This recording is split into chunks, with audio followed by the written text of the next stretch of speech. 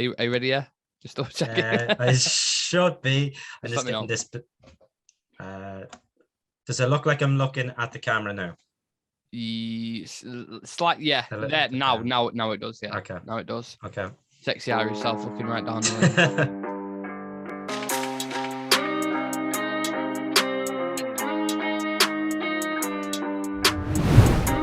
Hello, good afternoon, and welcome to Real Reds Talk. I am joined today by the Irish singing, vagina tingling, whiskey sinking, Mr. Adam Gray. How are you doing today, Adam? I'm doing good. That's a new one anyway, but yeah, I'm doing pretty well. How are you doing? I'm great. I'm fantastic. Yeah, really good. Perfect. So yeah, a lot of things happening this week in regards to transfers and other stuff, like literally loads of crap's are on in Manchester United. But for today, we're just going to be focusing on two players in a head-to-head battle. A player we've heavily been linked with, Lisandro Martinez, against a player we currently have, Victor Lindelof. I'm going to do Lisandro Martinez, go through his stats, player profile. Adam's going to do the exact same with Victor Lindelof. So if you're feeling generous and excited to jump into it with us, drop us a like on the video and hit that subscribe button if you can. Adam, let me ask you a question. Yeah. If you're a manager of a team, let's say Sligo Rovers, someone like that, right? And you're looking for a centre, your home team, and you're looking for a centre back, what kind of qualities are you looking for in a centre back? Well, the League of Ireland's quite a physical league, so I'd first take it in terms of like the style of play you want to do, the league you're in. I'd personally go for someone who's ball playing, tall, strong, and a good passer of the ball. They're, for me, the qualities that you need to be, especially a modern-day centre-back. Sound like you described Maguire there a little bit. Tall, good ball-playing ability. Well, I mean, ship him off here and we can pay him €500 a week, and that's probably what he's should be on anyway. €500 a week. Wow. Yeah, swap him for someone at Sligo Rovers. He'd fit right in. So for me, I completely agree. Absolutely everything you said there, nailed on. I think leadership's a massive thing now. I think player profile, the commitment, the consistency is another massive thing. And that's kind of the traits we'll dive into now when we look at Lisandro Martinez and Lindelof. So let me give you a quick player profile of Lisandro Martinez if you haven't already kind of, had a look at him yourselves. 24 years old, versatile left-footed centre-back who plays for Ajax and is valued around £40 to £50 million. Strengths include consistency, intelligence, ball-playing ability, versatility, and he's great. He's actually really good in the air for his height. He's under 6 foot, and he's got one of the best records in the Eredivisie aerially.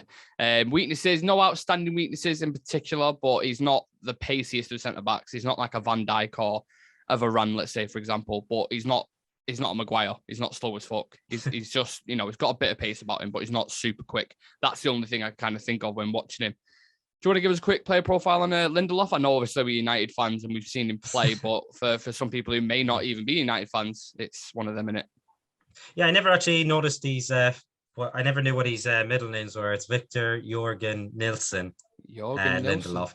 Okay. Jorgen Nilsson, yeah. And obviously, he's our Swedish number 2, and he was born on the 17th of July, 94. So he's 27 years of age. He's 6'2", so a bit taller than Martinez. And he started his career at Vastrus SK. I think I pronounced that right. I'm not fluent in Swedish, sadly. I made his debut in 2009. And then in December 2011, he moved to Benfica, and he made his first team appearance then in September of 2013. And as we know, then we came along and we offered 35 million for him in 2017, and he's been with us since.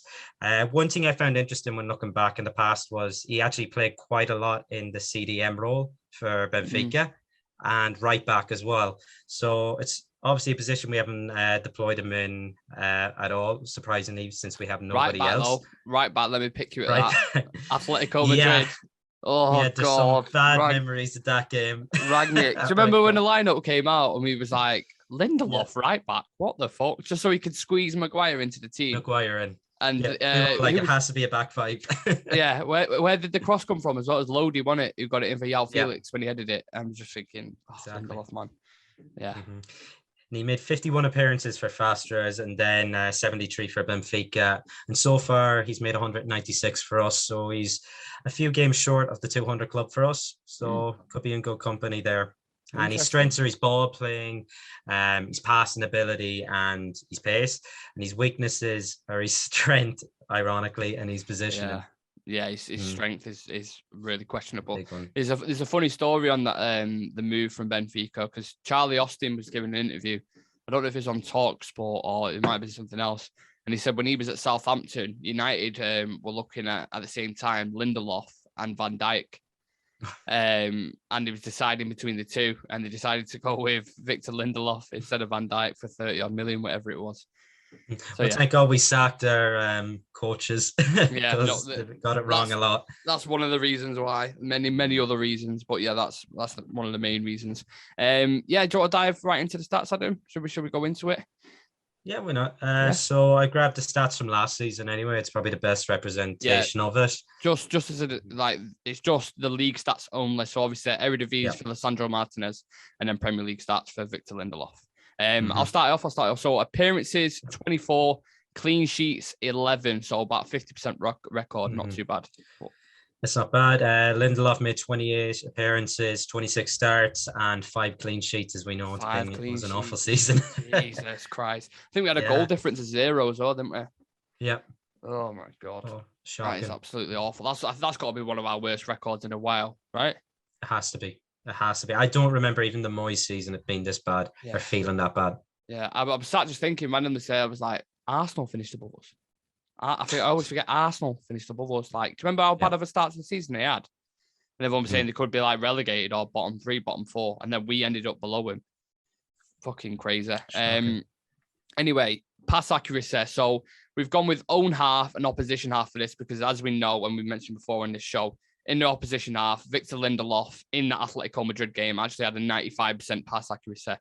And people can look at that from an outside and think, wow, 95%, that's really good. But it was all crab passes and sideways passes, so it's just irrelevant. That's it. So the reason why I brought opposition half into it is to see how they can dictate when they move, push forward into their half, which is really important, especially if you're ball playing centre back.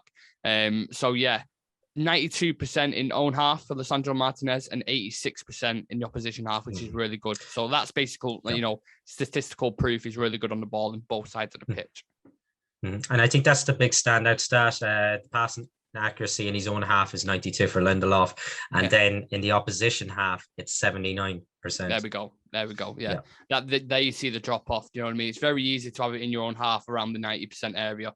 I'd be worried if it was like less than 80% in your own half. That's just ridiculous. So yeah, it's good to get that contrast. Sorry. Touches per game. This one I'm interested in because obviously Lisandro Martinez is heavily involved. So he has an average of 95.7 touches per game. 95. That's not bad, is it?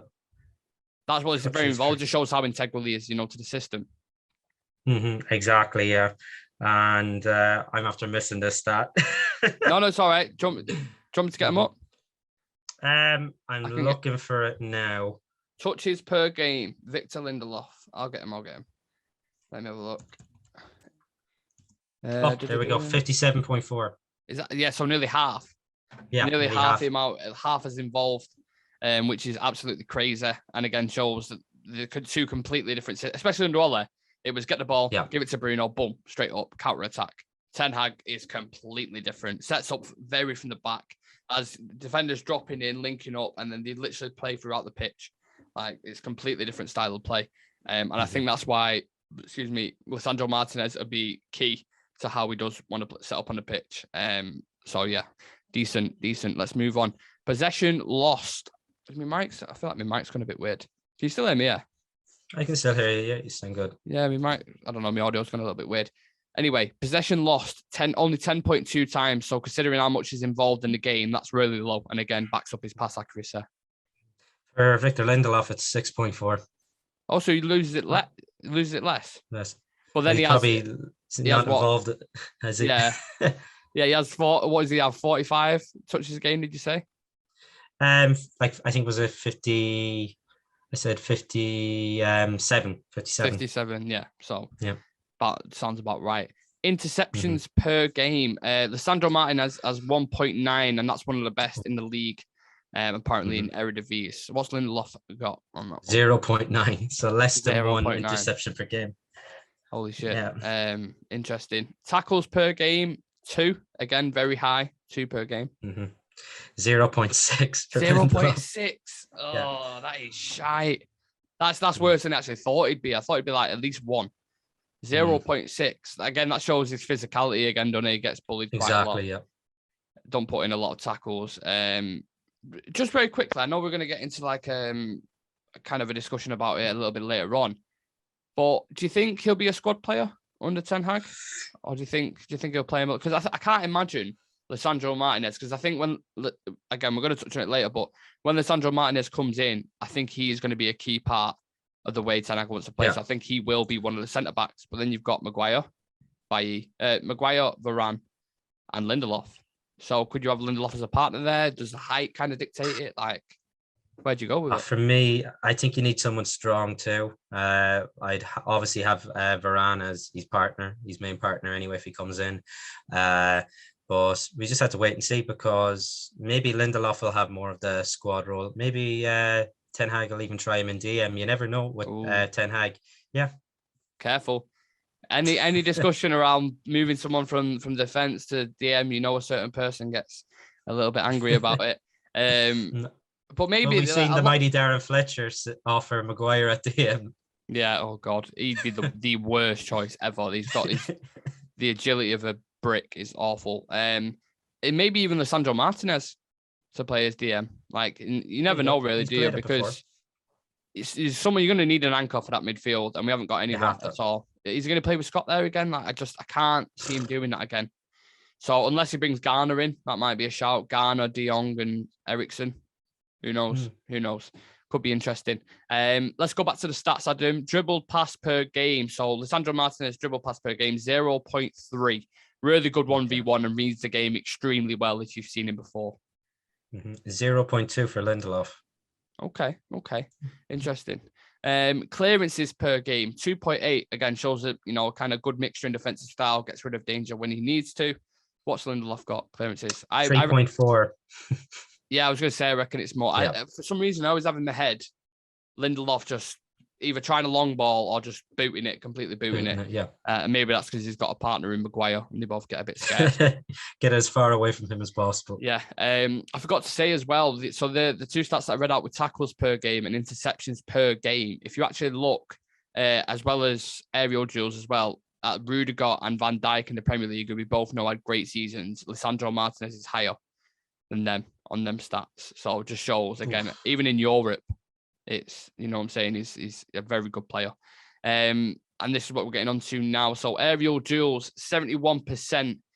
For a man who's below 6 foot, that is nuts. Absolutely nuts. What's Lindelof got? 61%. And I think one of the standout, that's a standout stat for Martinez, because I think I read it a while ago. The average height in the Eredivisie is 6.2 or 6'2", like. Yeah. So for a fella who's, what did you say, 5'7", I think?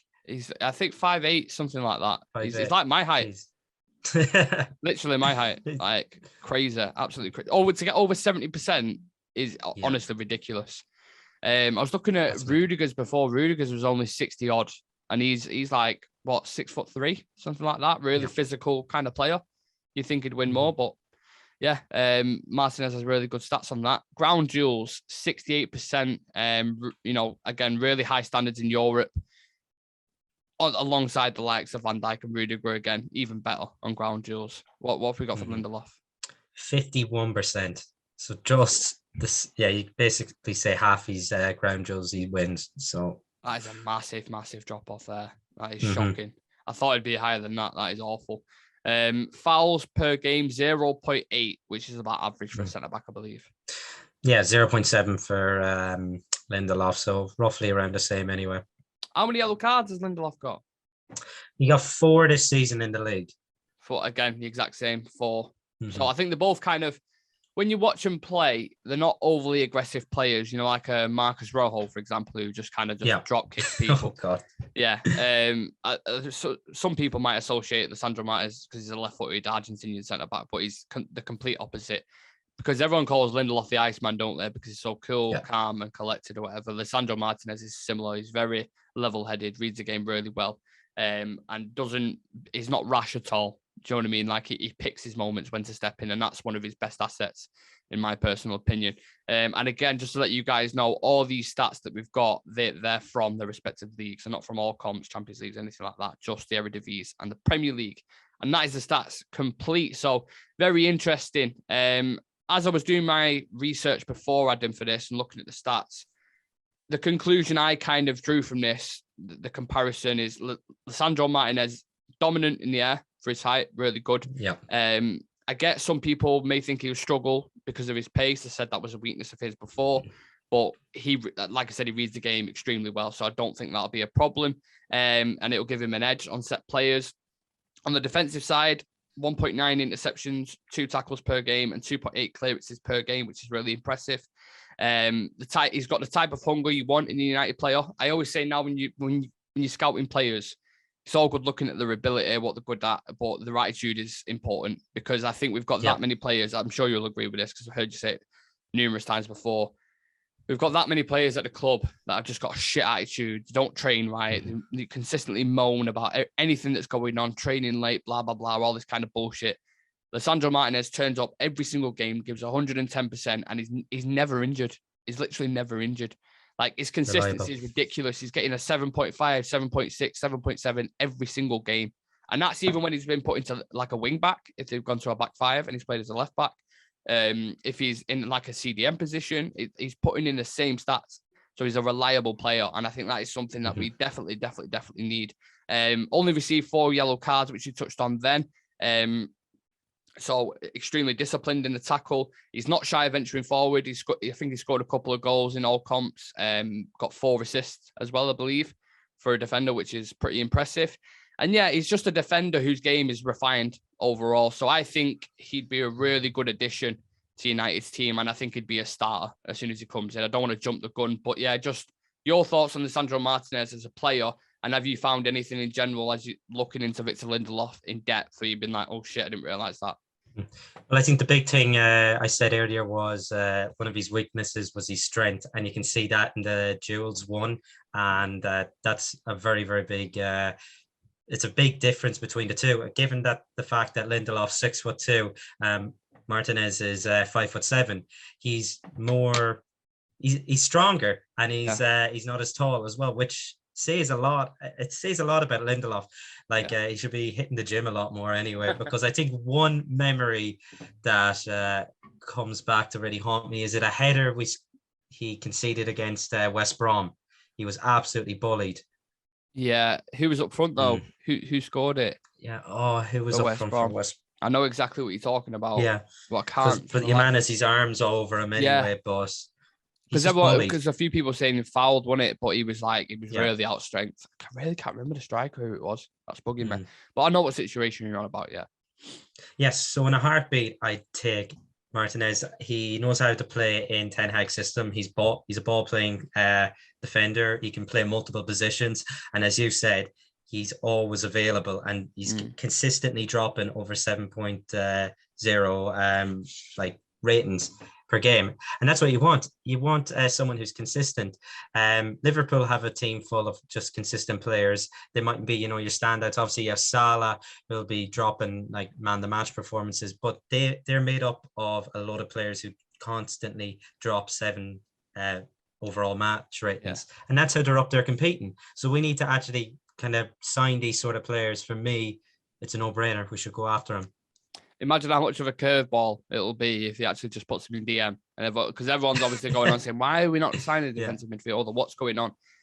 Imagine if he puts him in DM and then just plays Maguire and Varane or something like that, or like Lindelof and Varane. Let's say. I don't know how it would work, because Varane's injuries definitely do worry me, and I think as a player gets older, naturally, they start to decline even more with injuries. It's not as if injuries get better as you get older. It's usually the opposite way in it. So I can't see him becoming more fitter unless a miracle happens. So I think, again, we'll have injury issues with Varane. And I think when we first got him for was it 40 million from Real Madrid? Yeah. I was starting to think, how the fuck have we managed to get Raphael Varane for 40 million pounds? That is insane. And I think you're starting to see, I think they might have had a look at the medical notes and been like, knees are a little bit dodgy. Fuck it, should we chance it? And I'm like, yeah, we'll chance it. And they've just gone for it. Like, that's what it feels like, because getting him for that much, I know he only had like a year or two left on his contract as well, didn't he? But I still thought that at the time, he's a 70 million defender, easy. If you're paying 80 odd million for Maguire, Varane is definitely worth 65, 70 million, in my opinion. And you know the standards that are at Real Madrid. Why would they let someone like that go? Yeah, so exactly. They knew something as well, and they're probably laughing at us now. We've got our pants pulled down a lot. Exactly. Yeah. Most clubs laugh at us, let's be honest. Just a quick question to throw to you. Who would have your first choice centre-back been? Would it have been Timber?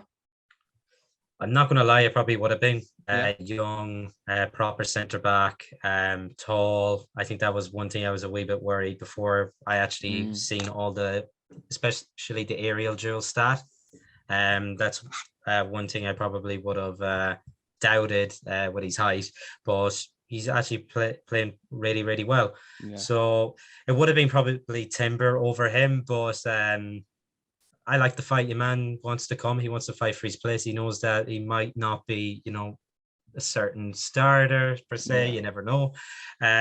While Timbers just ran off and said, no, I want to stay here because I want to go to the World Cup. So basically, that's not really an attitude you need. Yeah, basically because of Louis van Gaal in his ear. He was just like still salty, let's be honest. But yeah, the reason why I ask is because I find it weird that he was so set on getting Timber. Like, you remember the first few weeks of June, it was like he's verbally agreed, he wants to come join United, blah, blah, blah. And United and Ten Hag were so set on getting him.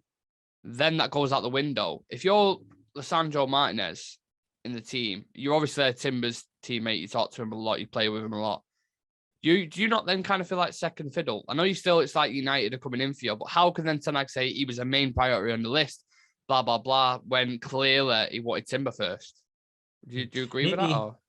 Maybe he wanted both, but then he's seen that Arsenal were up in their interest too. So we might go back for Timber in the future. You never know, maybe next season, but we got to wait and see. Maybe he might see it a bit like, oh, I'm second fiddle, whatever, but second choice. But we've been doing it in the last 10 years.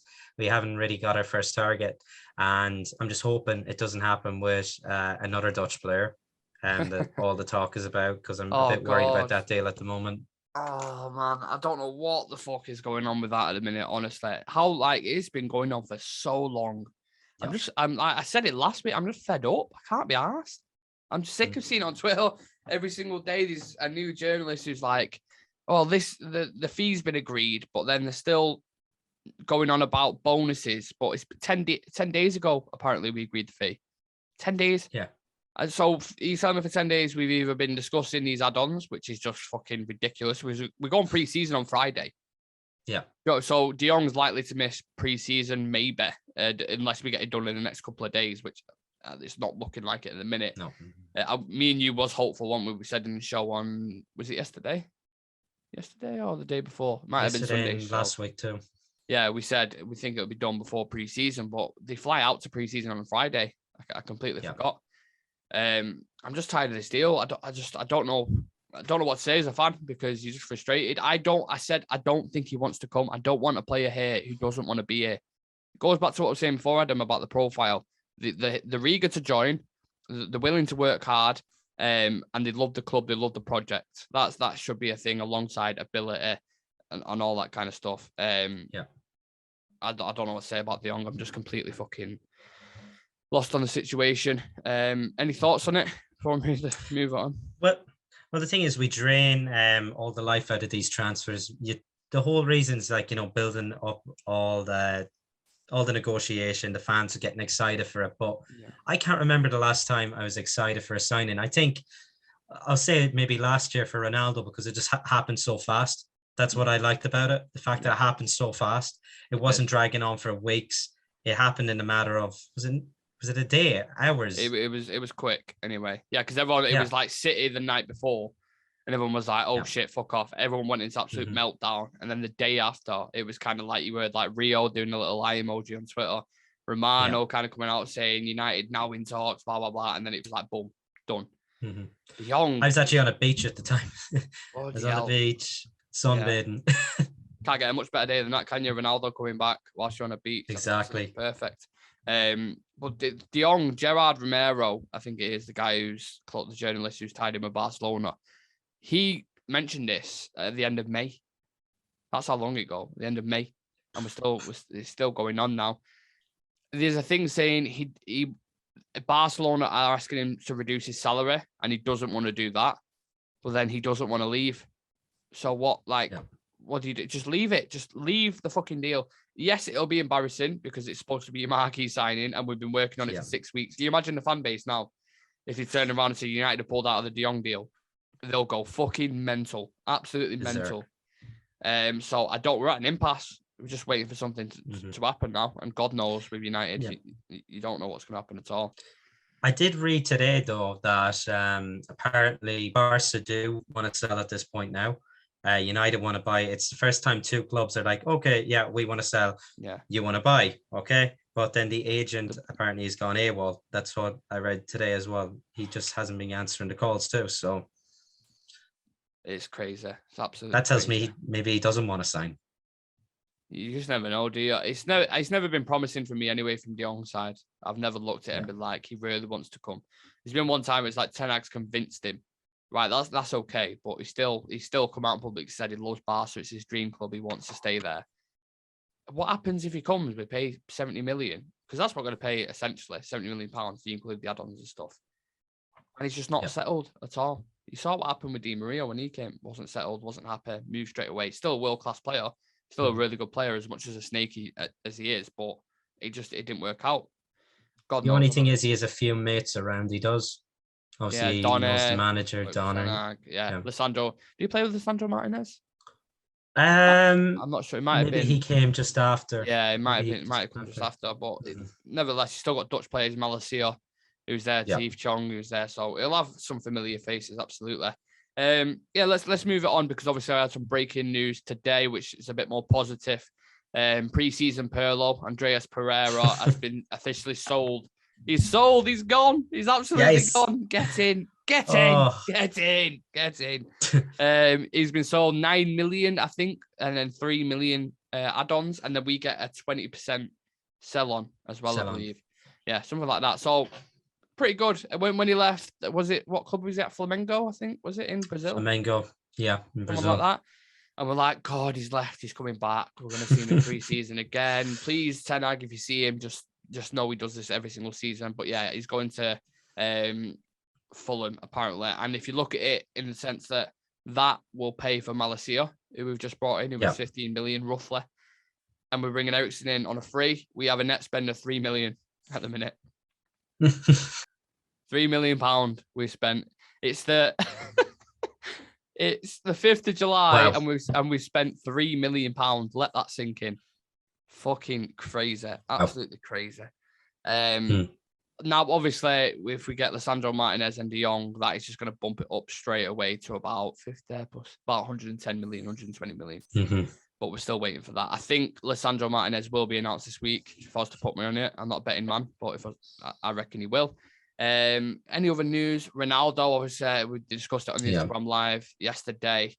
Not much more development in that. I don't think is there. I think it's just similar. I think I read one thing. You know how people were saying he went training in the Portugal camp, how his car was spotted. Apparently, it wasn't him who was driving it. It was one of his staff. Yeah. Who was taking it back. So he said that he was at home with his family. So that was the excuse, the family emergency, he was saying. So he wasn't training. There's rumours as well that he's not going to go on the preseason tour.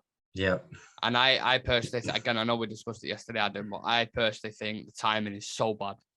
It's so bad. Like, just as about, he probably knows this as a player as well. When's the best time to get the most attention? When United haven't made any signings or any significant signings, and when they're just about to go on preseason tour, boom, bombshell, I'm leaving. Everyone goes crazy, blah, blah, blah. He's talking to Chelsea, Barcelona, all this crap. His agent's proper pushing his name out there. So what do you think with Ronaldo? Is it gone, do you think? I think I said it the last day. Go, dum, dum, dum.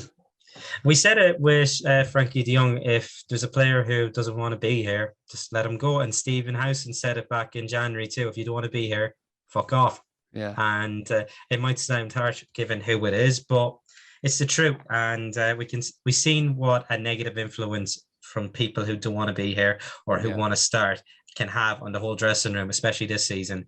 So, like, I guess if you want to go, but who's going to take you and who's going to pay those wages? Yeah, that's the thing. My head's saying one thing and my heart's saying the other. My head's saying, you look at it long term, it's going to need to be done at some point. Do you just cut your losses now? Cut the head. I was going to say cut the head of the snake. Ronaldo isn't the snake. I absolutely adore the man and I love him. But you cut your losses and then you bring in a young striker, or I don't know what they do because I think they struggle in the season. I don't know who you'd bring in, honestly. I think it'd be a massive loss, and I think it's risky going with Martial or Rashford up top, or whoever decides as Bruno's a false nine, whatever. I don't know. I'm a bit gutted about it. I saw a thing before saying that we haven't won a single game that Ronaldo hasn't started for us. Which and then he's the problem, as everyone said. He was so important last season. He was so important. He pulled us out of this shit. Yeah, in the Champions League, so many clutch moments. So many massive goals, and I won't mind it as much if we sell him to a team abroad. Yeah. If we sell him to Chelsea or someone like that, I can just see him putting in the same numbers. Yeah. Building a bigger gap, and he'll score against us as well. You just know for a fact he's going to score against us at a crucial moment. So, can you imagine though, like say if Chelsea finished fourth and we finished fifth, and it was Ronaldo's goals that gave them the boost? Yeah, exactly. But would that surprise you? No, it wouldn't surprise me. It wouldn't at all. So yeah, much more developments to come on that this week. I imagine we're going to be busy as fuck. There's going to be so much stuff going on, with signings and developments on Ronaldo and other players at the club. So yeah, stick with us. Drop us a follow on social media if you want. You can follow the TikTok. Got loads of funny clips on there. Check our Twitter out for regular news updates on stuff like that, like the stuff we've just been discussing. And check our Instagram out as well for weekly lives and the content schedule. What's going on there? I dropped the glass. You dropped the glass? Yes. Oh, God. That's how excited he is. He's excited, so he's dropped his glass. So yeah, check our Instagram out for the content schedule and weekly lives. And if you're excited as Adam was when he just dropped his glass, hit the subscribe button and like the video. And yeah, I think that's everything. I think we've covered everything there, Adam. Thank you for joining me. It's been an absolute pleasure. Me and Adam will both see you tomorrow with the return of Eric Ten Bag Career Mode live FIFA stream, 8:00. Do not miss it. Anything else to finish? Do you want to send us off, Adam? Do you want to say goodbye to everyone? Yeah, as we say in Ireland, Slán Lát agus Gura Maithagat. I have no idea what that means, but it sounds pretty good. Take care, guys. See you in a bit. Peace. Peace.